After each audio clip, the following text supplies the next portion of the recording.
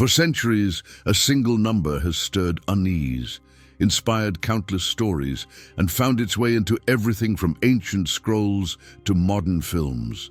That number is 666, whispered in fearful tones, splashed across headlines, and embedded in the world's collective imagination. It has become a universal symbol of evil and dread. But why? What is it about this sequence of digits that grips the human psyche so powerfully? The number 666 first appears in the final book of the Bible, the book of Revelation, chapter 13. Here the Apostle John describes a vision filled with strange and vivid imagery where a fearsome beast rises from the sea. The text tells us, in verse 18, that understanding the beast's number requires wisdom, and that number is 666. This brief but potent verse has ignited endless speculation, debate, and interpretation across the ages. From early Christian communities huddled under Roman rule, to medieval theologians wrestling with visions of the apocalypse, and even to today's pop culture, the number has held an almost magnetic pull. It has appeared in everything from cryptic sermons to horror films, political pamphlets to internet conspiracies. In every age, it seems, people have found reasons to fear or decode this mysterious figure. Yet despite all the fascination, many questions remain. Is 666 simply a symbol of ultimate evil? Does it point to a real person, a dark prophecy, or something deeper? Why has it provoked such enduring fear and curiosity? Before rushing to conclusions, it is worth stepping back and considering the profound impact this number has had on faith, culture, and history.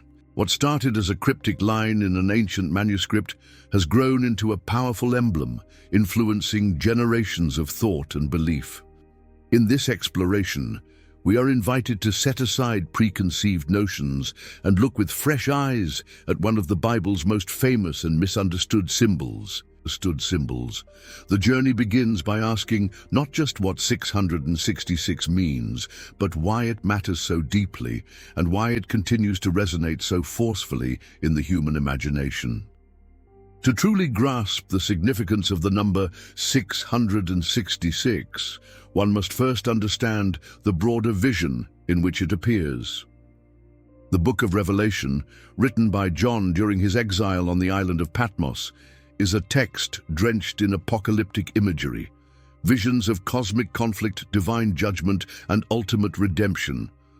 Among its most vivid and unsettling passages is Revelation 13, where the figure of the beast emerges in full force, embodying a terrifying synthesis of earthly and supernatural power. The chapter begins with John's startling vision of a beast rising out of the sea. This creature is described in graphic and symbolic terms. It has 10 horns and 7 heads, with 10 crowns upon its horns and blasphemous names inscribed on its heads. The beast resembles a leopard, but its feet are like those of a bear, and its mouth like that of a lion. Already, we are immersed in a world of rich and layered symbolism, each element echoing previous prophetic texts, particularly those found in the book of Daniel. Daniel's visions also featured hybrid beasts, representing successive empires and powers that stood in opposition to God's purposes. In Revelation 13, the beast's appearance is not merely a spectacle, it is a statement. The creature's composite nature signals that it embodies a fusion of various forms of oppressive power.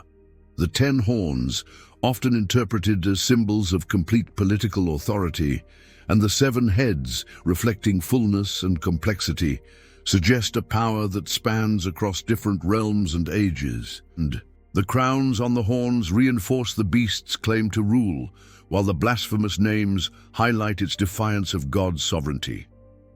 John's vision continues as he sees the dragon, an unmistakable reference to Satan, introduced in Revelation 12, granting the beast its power, throne, and great authority.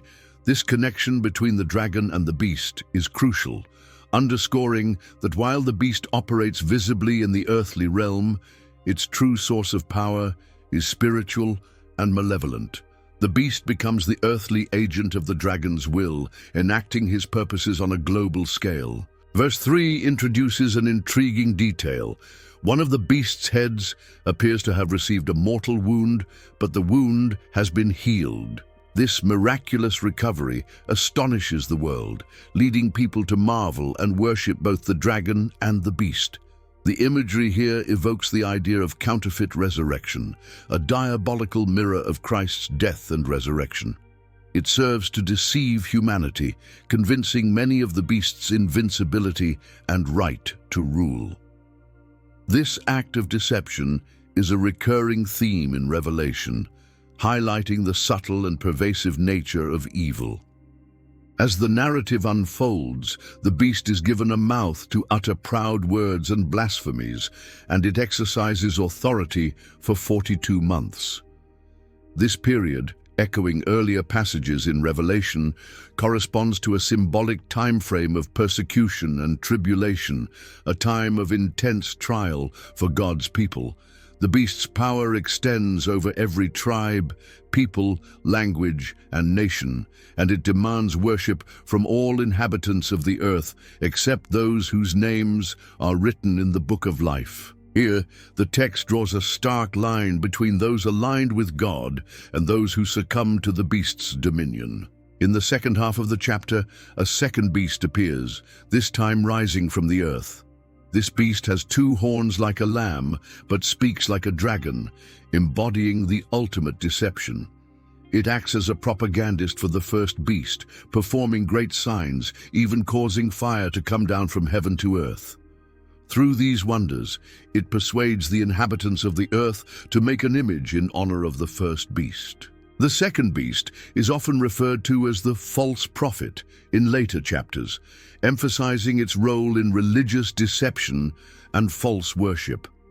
One of the most chilling aspects of Revelation 13 is the introduction of the mark of the beast.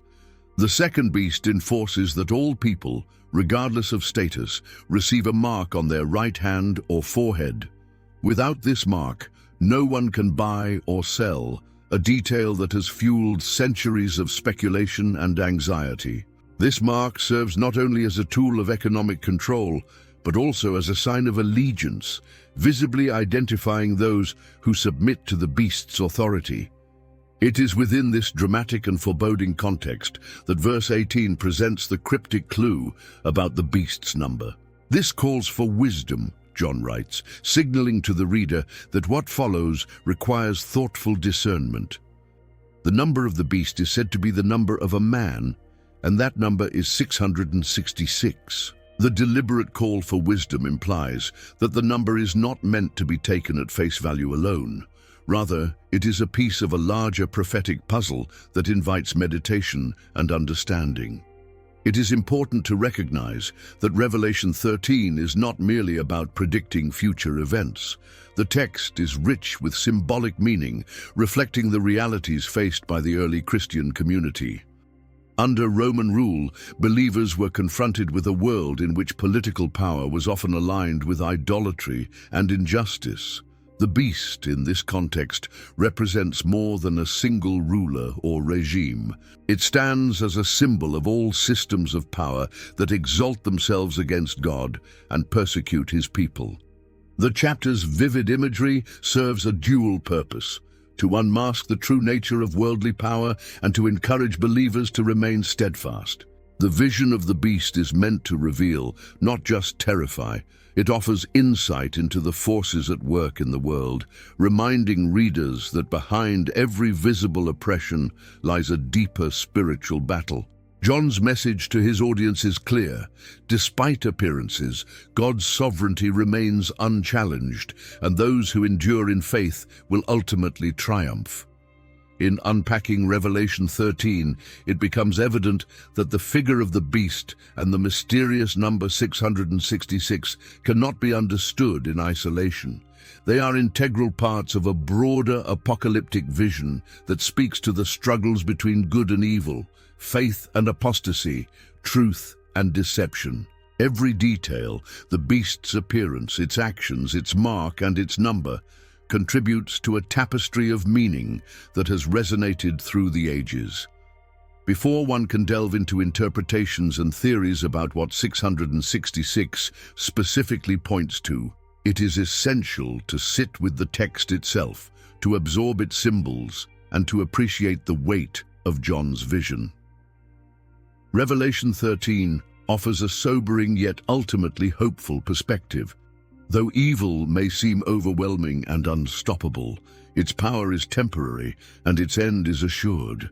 To fully appreciate the enigmatic nature of 666, one must step into the world of the ancients, a world where numbers were far more than simple tools for counting. In the Jewish and Greco-Roman cultures of the 1st century, numbers carried layers of meaning, acting as bridges between language, symbolism, and mystery. This chapter brings us into that intricate landscape, where letters and numbers intertwined through a system known as gematria.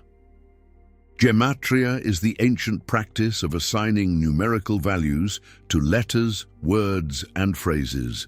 This method, deeply rooted in Jewish tradition, allowed writers and thinkers to draw connections between seemingly unrelated concepts, often uncovering hidden messages or spiritual insights. For example, in Hebrew, every letter also serves as a number. Aleph is 1, Bet is 2, Gimel is 3, and so forth. Words, therefore, have numerical values based on the sum of their letters. This system was not seen as a mere curiosity, but as a window into deeper truths, reflecting the belief that numbers held divine significance. To understand how gematria functions, consider a well-known biblical example. The Hebrew word for life, chai, consists of 2 letters, chet, 8, and yod, 10. Together, they add up to 18, which is why the number 18 holds special meaning in Jewish culture, often associated with blessings and good fortune. Such associations were not accidental. They were part of a worldview that saw numbers as meaningful vessels of revelation. This mindset was not confined to Jewish thought alone. The Greco-Roman world, with its own fascination for numerology and symbolism, embraced similar practices.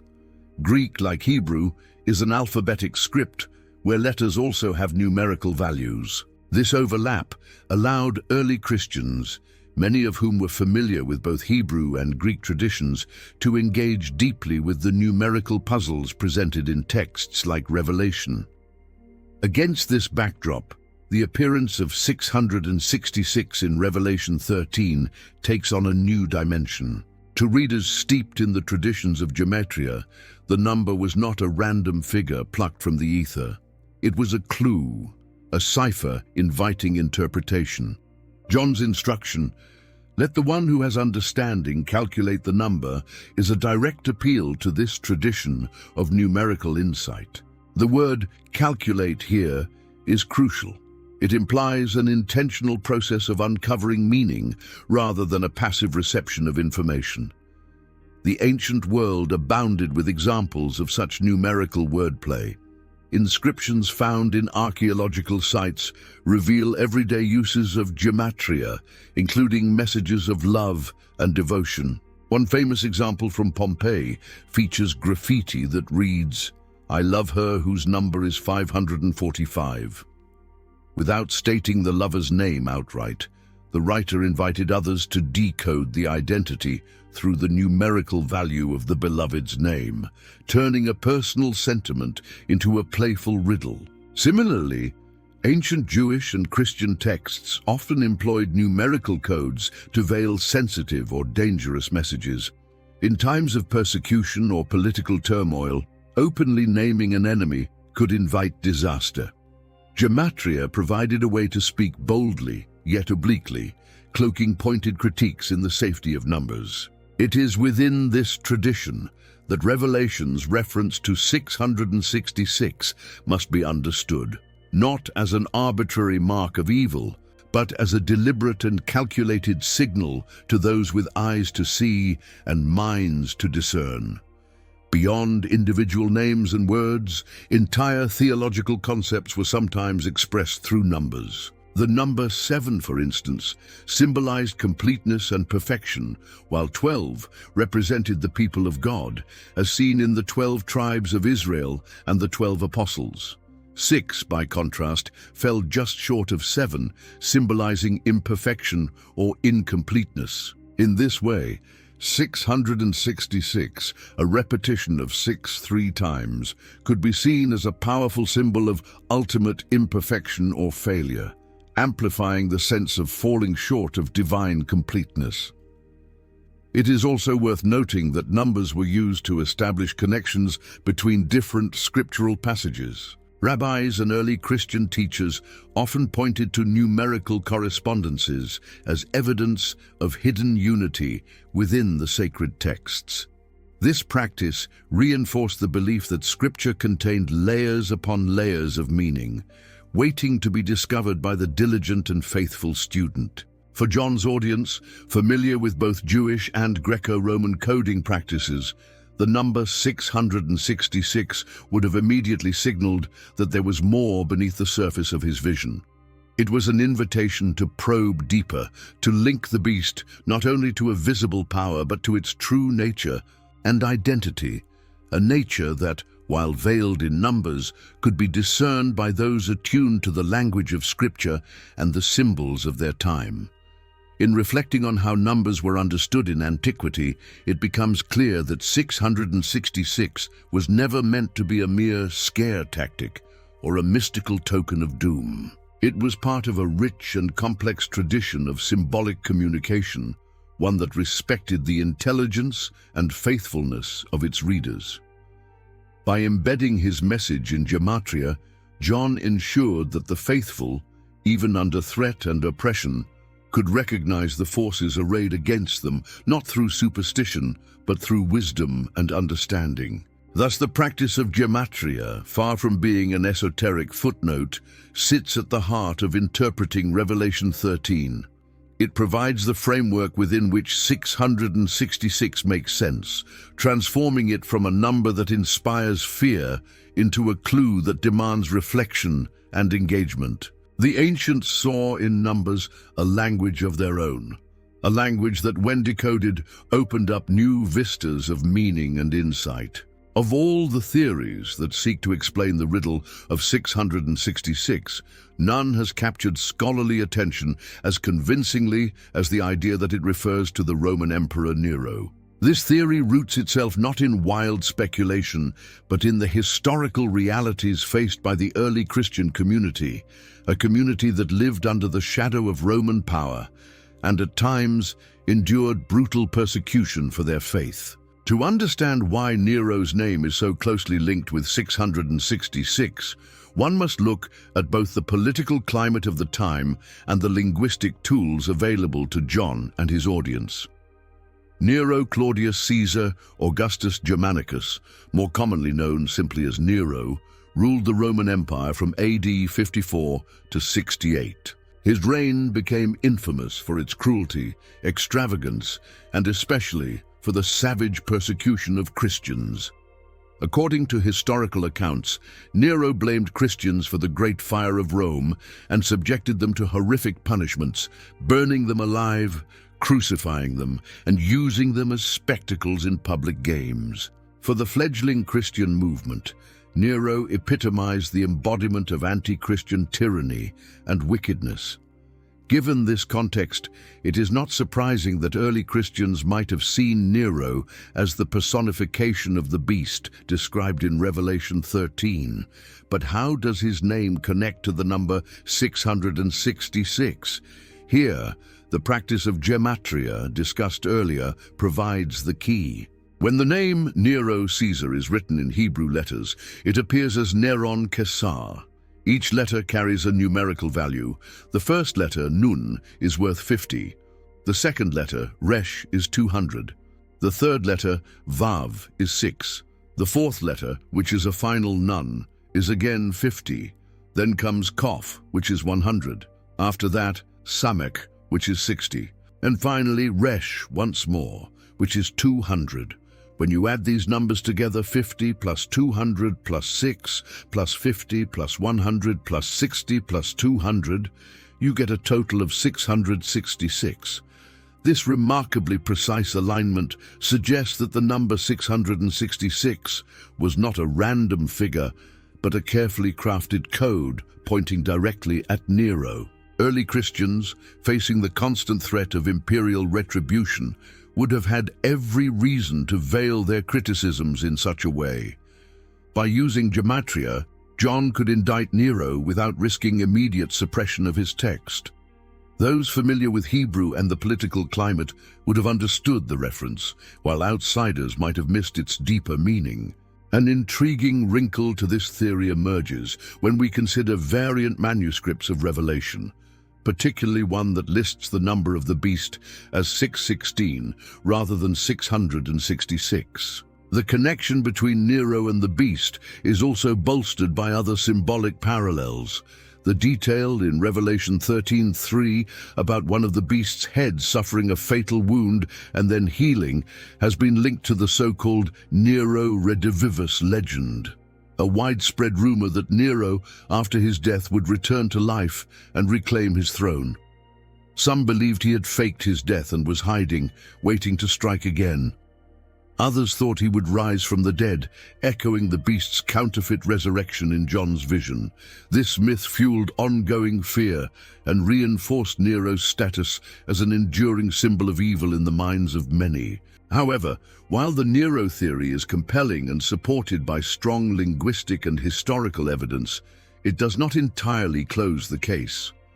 Revelation is a text steeped in multi-layered symbolism, and many scholars argue that John's vision was meant to speak not only to his immediate context, but to broader patterns of oppression and rebellion against God's authority. In this view, Nero becomes a prototype, a concrete example of the kind of tyrannical, blasphemous power that the beast represents, but not its sole or final embodiment. Indeed, the beast's description in Revelation is so rich in symbolic detail that it seems to transcend any single historical figure.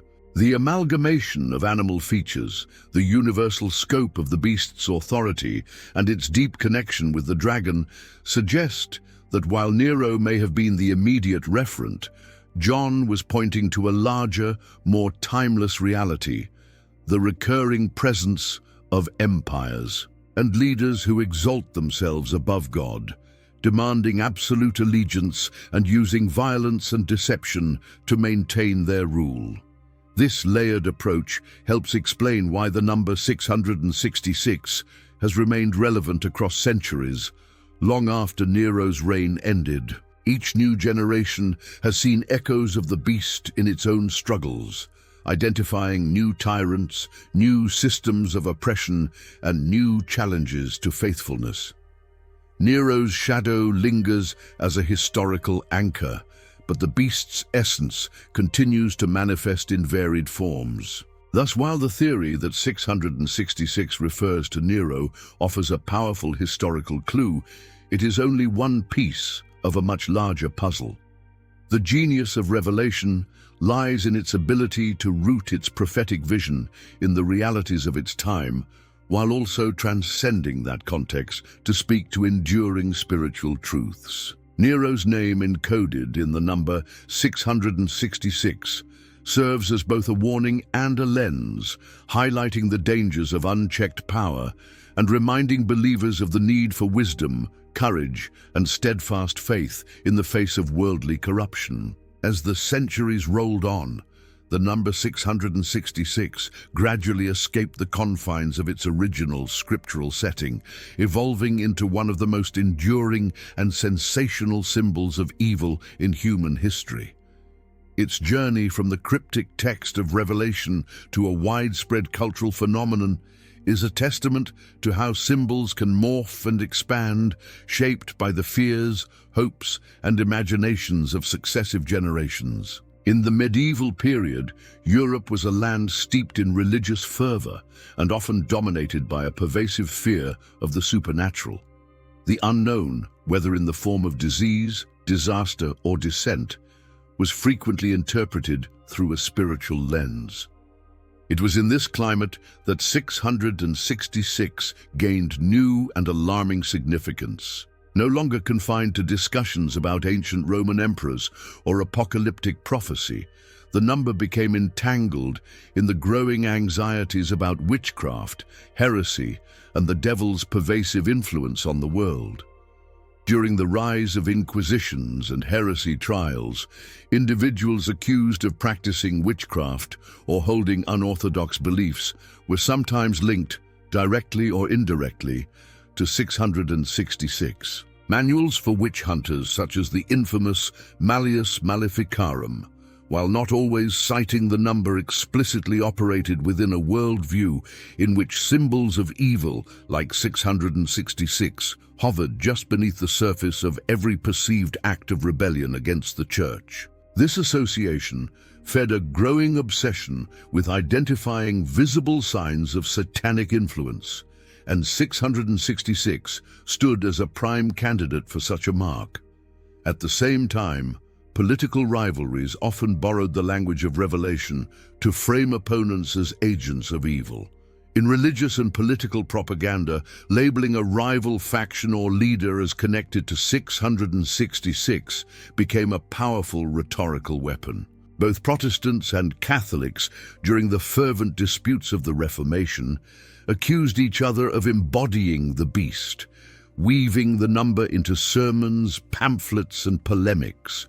For example, many Protestant reformers identified the papacy itself as the beast of Revelation, pointing to various numerological arguments to link the Pope with 666, while Catholic writers retaliated in kind by applying the number to Protestant leaders or heretical sects.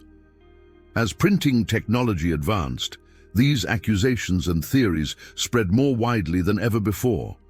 The accessibility of biblical texts allowed more people to engage with Revelation directly, often interpreting it through the lens of their immediate struggles and suspicions. The number 666, as a result, became a kind of theological Rorschach test, a symbol into which people could pour their fears about enemies both external and internal. Moving into the modern era, the Industrial Revolution and the rise of secularism did little to dampen interest in the number. If anything, 666 found new life in the cultural shifts and upheavals of the 20th century. The growing medium of film, for example, embraced the symbol with enthusiasm. In 1976, the release of The Omen, a horror film centered around a child destined to become the Antichrist, introduced the number 666 to a global audience in a vividly terrifying way. The image of the child Damien, with the mark of the beast hidden on his scalp, left an indelible impression, reinforcing the number's association with pure evil in the minds of millions. Music, too, adopted the symbol, often with provocative intent. Bands within the heavy metal and rock genres, such as Iron Maiden with their song The Number of the Beast, used 666 to evoke a sense of rebellion, danger, and dark mystique. For some artists, the number became a way to challenge societal norms or express dissatisfaction with religious institutions. For others, it was simply a marketing tool, an easy way to generate controversy and intrigue. The number's mystique only deepened with the rise of modern conspiracy theories. Fears about secret societies, global cabals, and hidden agendas often incorporate 666 as a kind of ultimate proof of evil intent. Whether in discussions about barcodes, microchips, or government control, the number repeatedly surfaces as a marker of impending doom. Some claim, for instance, that technological advancements in personal identification or financial systems are paving the way for a literal fulfillment of the prophecy concerning the mark of the beast. Such theories, while often divorced from careful biblical scholarship, show the enduring power of the number to tap into collective anxieties about control, freedom, and ultimate destiny. The Internet era has further amplified and diversified the reach of 666. Online forums, videos, and social media have allowed ideas about the number to proliferate rapidly, often blending fact, fiction, and speculation into a heady mix. Memes and viral posts have turned 666 into a symbol that is at once feared, mocked, and commercialized. It appears on clothing, jewelry, and even brand logos, sometimes stripped of any real theological meaning and used purely for its shock value. What is particularly striking is how far the popular image of 666 has drifted from its original biblical context. While John's vision in Revelation 13 presented a specific, context-rich symbol designed to convey deep spiritual truths to his audience, the modern portrayal of 666 often reduces it to a simplistic badge of evil. The number has become a kind of cultural shorthand, a quick way to signify something sinister, whether or not that portrayal has any connection to the original text. Yet despite, or perhaps because of its evolution, 666 continues to captivate. Its power lies in its ability to adapt, to take on new meanings, while retaining its core aura of mystery and dread. Whether feared as a harbinger of the end times, wielded as a weapon in ideological battles, or displayed as a rebellious emblem, the number refuses to fade into obscurity. Instead, it serves as a mirror, reflecting the deepest fears, conflicts, and questions of each age in which it appears. In tracing the history of 666 through the ages, one sees not only the trajectory of a single number, but the broader story of how humanity grapples with the concept of evil. From medieval witch hunts to Hollywood blockbusters, from political manifestos to digital age conspiracies, 666 stands as a symbol that, despite being endlessly reinterpreted, continues to hold an undeniable grip on the human imagination. The number 666, despite its clear placement within a specific biblical context, has been one of the most persistently misunderstood symbols in religious and cultural history. The reasons for this enduring confusion are as varied as they are revealing, touching on deep aspects of human psychology, historical circumstances, and theological traditions. To understand why the number has generated so much fear and fascination, and why its meaning has so often been distorted, we must look closely at these underlying factors. At the heart of many misunderstandings lies a basic human impulse: the need for clarity and control in the face of uncertainty. The Book of Revelation, with its swirling images of beasts, dragons, and apocalyptic judgment, presents a vision that is deliberately complex and symbolic. For readers confronted with such bewildering imagery, there is a strong temptation to seek simple, concrete answers. The number 666, because it is specific and quantifiable, seems to offer a key, a way to anchor the abstract in something tangible. But this desire for clarity can lead to oversimplification, reducing a richly layered symbol to a mere label for evil. Fear, too, plays a significant role in shaping how 666 is perceived. Apocalyptic texts like Revelation speak to deep-seated anxieties about the end of the world, the battle between good and evil, and the fate of humanity. These themes resonate powerfully across cultures and eras, and symbols like 666 become lightning rods for these fears. In times of social upheaval, political instability, or personal crisis, people often turn to prophetic texts, looking for signs that validate their sense of dread. The number 666, with its dark aura and mysterious origins, easily becomes a focal point for such fears, even when its actual biblical meaning is overlooked or misinterpreted. Mistranslation and lack of historical awareness have also contributed significantly to misunderstandings about 666. Over the centuries, as the Bible has been translated into numerous languages and interpreted by countless communities, subtle nuances in the original text have sometimes been lost or obscured. For instance, the Hebrew and Greek practices of gematria, which we have discussed earlier, are not widely understood by modern readers. Without knowledge of these ancient coding systems, the invitation in Revelation 13 to calculate the number loses much of its context, making the number seem more like an arbitrary curse than a specific, decipherable clue. Compounding these issues is the influence of sensationalism. Throughout history, and especially in the modern era, there has been a persistent fascination with the dramatic and the mysterious. Religious leaders, writers, and media creators have often capitalized on this fascination, presenting 666 in ways designed to provoke shock and awe. Apocalyptic preachers have used the number to warn of impending doom, sometimes pointing fingers at political figures or cultural movements. Horror films, books, and songs have amplified the number's sinister reputation, embedding it deeply into popular consciousness. This cycle of sensationalism feeds on itself, reinforcing superficial and often erroneous interpretations. Cultural context also plays a pivotal role in shaping how 666 is understood. For early Christians living under Roman rule, as we have seen, the number likely pointed to a specific historical figure, Emperor Nero, representing the oppressive power of empire. But as Christianity spread and adapted to new cultural environments, the immediate historical context faded and the number took on broader, more generalized meanings. In medieval Europe, it became entwined with fears of witchcraft and heresy.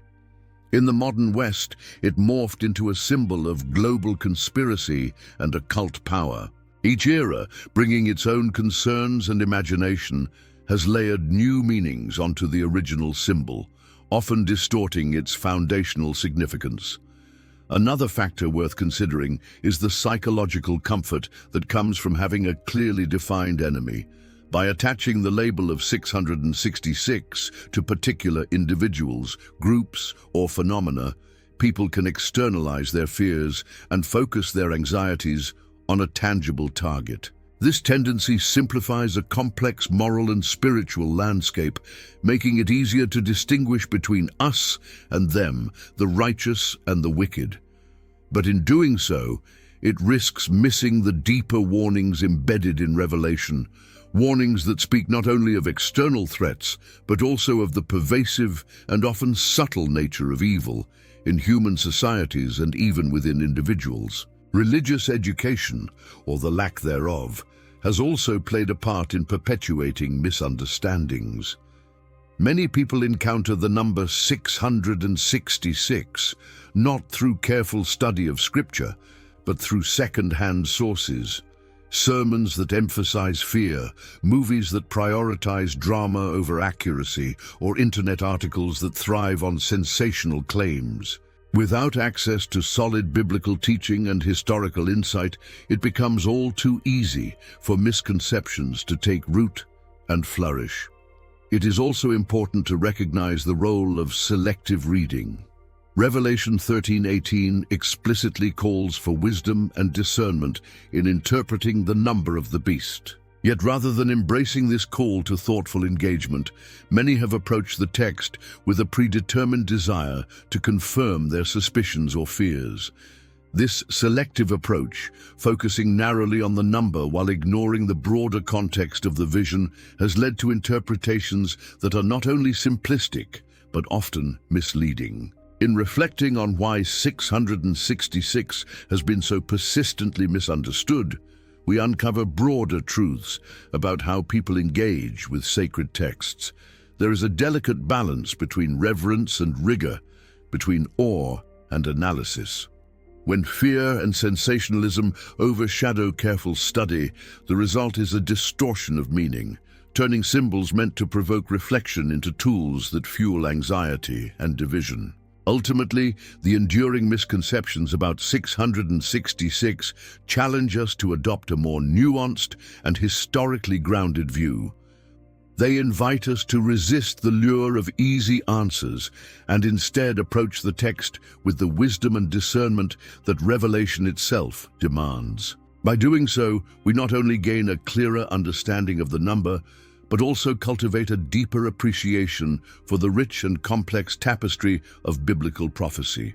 After so much attention has been given to the number 666, the coded language, and historical references, it is essential to take a step back and ask a more profound question. What is the deeper spiritual message that John intended for his readers in Revelation 13? Beyond the intrigue of numbers and symbols lies a timeless call to awareness, faithfulness, and resistance in the face of overwhelming worldly power. John's vision of the beast, described with such vivid and unsettling imagery, is far more than a prediction of a specific ruler or political regime. It is a portrait of a recurring reality in human history, the rise of systems and powers that seek to exalt themselves above God, demanding ultimate allegiance and corrupting the moral fabric of society.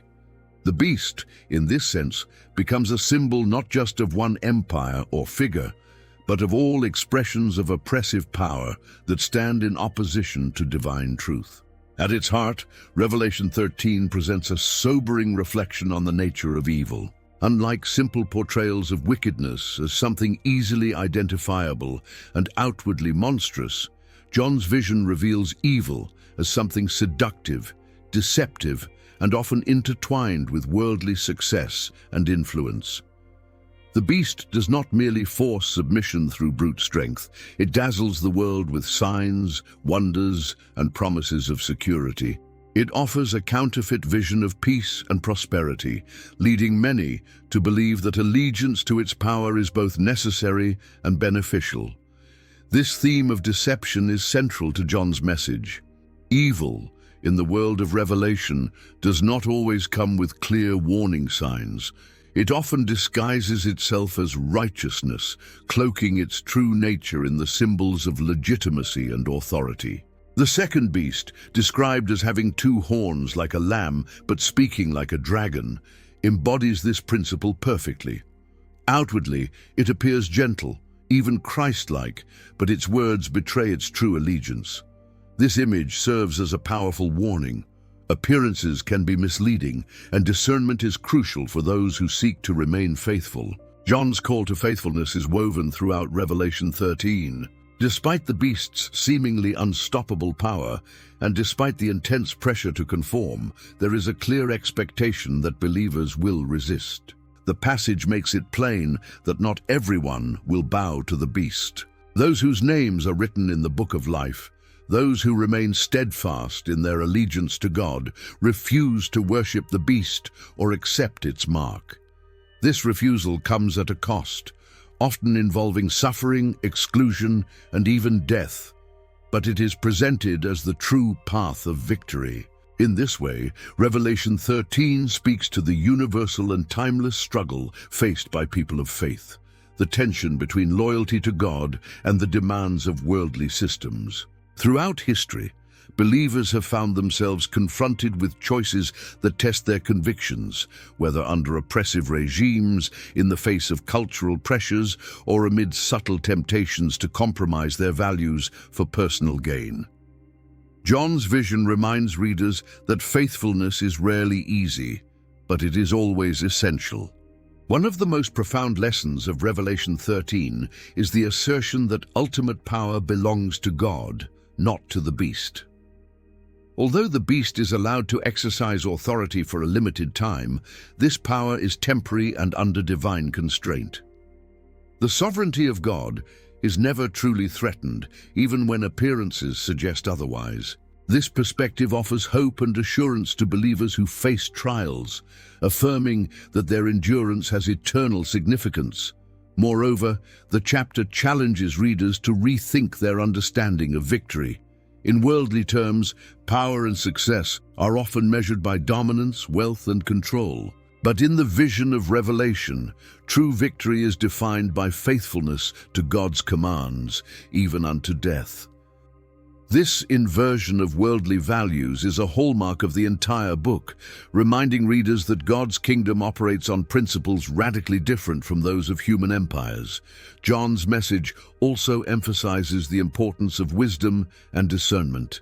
The invitation to calculate the number of the beast is not just about decoding a numerical riddle, it is a broader call to spiritual vigilance. Believers are urged to look beyond surface appearances, to question the sources of authority in their lives, and to be wary of powers that seek to replace God's sovereignty with their own. By moving past the obsession with numbers and focusing instead on the spiritual heartbeat of Revelation 13, a clearer and more transformative message emerges. This is not a mere code book for predicting catastrophic events or identifying singular villains. It is a profound guide for navigating a world in which evil often wears a mask, where allegiance is constantly tested, and where true victory is found not in conquest, but in unwavering faith. The relevance of this message transcends time and culture. Whether in the ancient Roman world or in today's global landscape, the forces that seek to seduce, dominate, and corrupt remain ever present. The challenge for believers remains the same: to see clearly, to stand firm, and to trust in the ultimate triumph of God's justice and truth. By understanding Revelation 13 in this deeper spiritual light, viewers are invited not into a place of fear, but into a posture of courage, wisdom, and hope. And the beast may rage, and the powers of the world may rise and fall, but the call to faithfulness endures, echoing across the ages with undiminished power. As we reach the end of this exploration, it becomes clear that the number 666, so often shrouded in fear and speculation, is far more than a simple emblem of evil.